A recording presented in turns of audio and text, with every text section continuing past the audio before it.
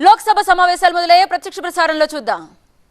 of corpus fund relating to the Ministry of Labour and Employment. Thank you. माननीय सदस्यगण,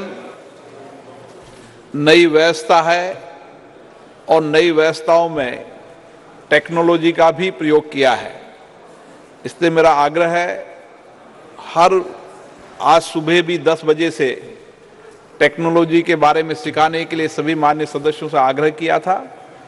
कल भी सुबह 10 बजे टेक्नोलॉजी के जो भी सीखना आना चाहें इस पार्लियामेंट कैंपस में आमंत्रित हैं।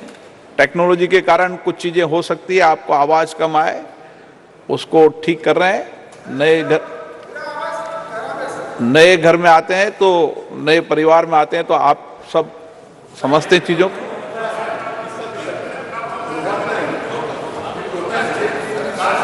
जी, whether any paper circulation can be circulated at least for few days. ठीक है। और इसीलिए इस नई व्यवस्था में सभी लोग आसन का सहयोग करेंगे, ऐसी मेरी अपेक्षा है। जो कुछ भी व्यवस्थाओं के अंदर आपको लगे मुझे बताएं। इस 2 दिन के बाद आपको व्यवस्थाएं और व्यवस्थित मिलेगी। जितना दिन 2 दिन में ठीक होगा आप कोशिश करेंगे, नहीं तो नए सत्र के समय सब व्यवस्थाएं मिलेगी। हम सब जानते हैं कि नए प्रयोग में कुछ चीज़ें टेक्नोलॉजी को, हाँ वो भी सब विषय मेरे ध्यान में, और भी आप लिखकर मुझे डाल देना, मैं प्रयास करूंगा। Item number 9। धन्यवाद अध्यक्ष महोदय। एक मिनट। संविधान 128 वा संशोधन विधेयक 2023। माननीय मंत्री जी। धन्यवाद अध्यक्ष महोदय। With your permission, sir, I move that the bill further to amend the Constitution of India be taken into consideration. The Constitution 128th Amendment Bill 2023। मैं अध्यक्ष महोदय इस बिल की कुछ जानकारियां सदन के पटल पर आपकी अनुमति से रखना चाहता हूं। अध्यक्ष महोदय, ये कॉन्स्टिट्यूशन अमेंडमेंट बिल है और महत्वपूर्ण बिल है। महिला सशक्तिकरण की दिशा में एक बढ़ता हुआ कदम है। दुनिया को भी दिशा दिखाने वाला ये बिल है।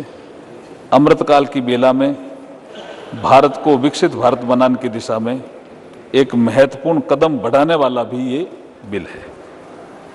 माननीय अध्यक्ष महोदय, जैसे मैंने कल जिक्र किया था कि बाबा साहब भीमराव अंबेडकर जी ने 25 नवंबर 1949 को जब संविधान बन गया था और उनका अंतिम भाषण था तो उन्होंने एक चेतावनी दी थी कि 26 जनवरी 1950 को राजनीतिक समानता तो प्राप्त हो जाएगी, लेकिन सामाजिक और आर्थिक क्षेत्र में जो असमानता रहेगी उसे आने वाली सरकारों को दूर करना होगा। उन्होंने ये भी कहा था, मैं कोट अनकोट कहना चाहता हूं, 26 जनवरी 1950 को हम परस्पर विरोधी जीवन में प्रवेश करने जा रहे हैं। राजनीति में हमारे यहाँ समानता होगी और सामाजिक और आर्थिक जीवन में असमानता होगी। राजनीति में हम एक व्यक्ति एक मत के सिद्धांत को मान्यता देंगे।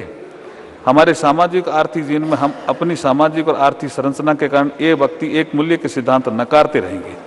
इस विरोधापूर्ण जीवन को हम कब तक जारी रखेंगे? कब तक हम अपने सामाजिक और आर्थिक जीवन में समानता से लोगों को वंचित रखेंगे? अब इसके बाद जो सरकारें आई, बाबा साहब के इस चेतावनी को भी ध्यान में ज्यादा नहीं रखा।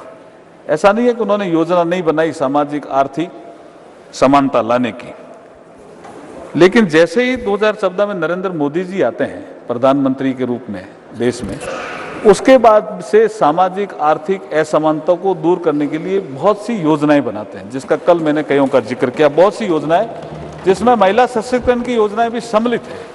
अब टॉयलेट बनते हैं, महिला की गरिमा भी बढ़ती है, जो संविधान की प्रस्तावना में कहा हुआ। महिलाओं को समानता भी मिलती है, एक घर में लाइट एक घर में लाइट नहीं है, एक घर में टॉयलेट एक घर में टॉयलेट नहीं है।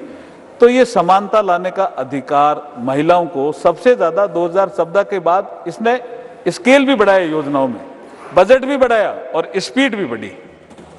इसलिए मैं ये कहना चाहता हूं कि भारत के संविधान की प्रस्तावना में सामाजिक और आर्थिक न्याय का भी उल्लेख है और प्रतिष्ठा और अवसर की समानता का भी उल्लेख है। आज के इस बिल से महिलाओं की प्रतिष्ठा तो बढ़ेगी, अवसर की समानता भी बढ़ेगी। महिलाओं को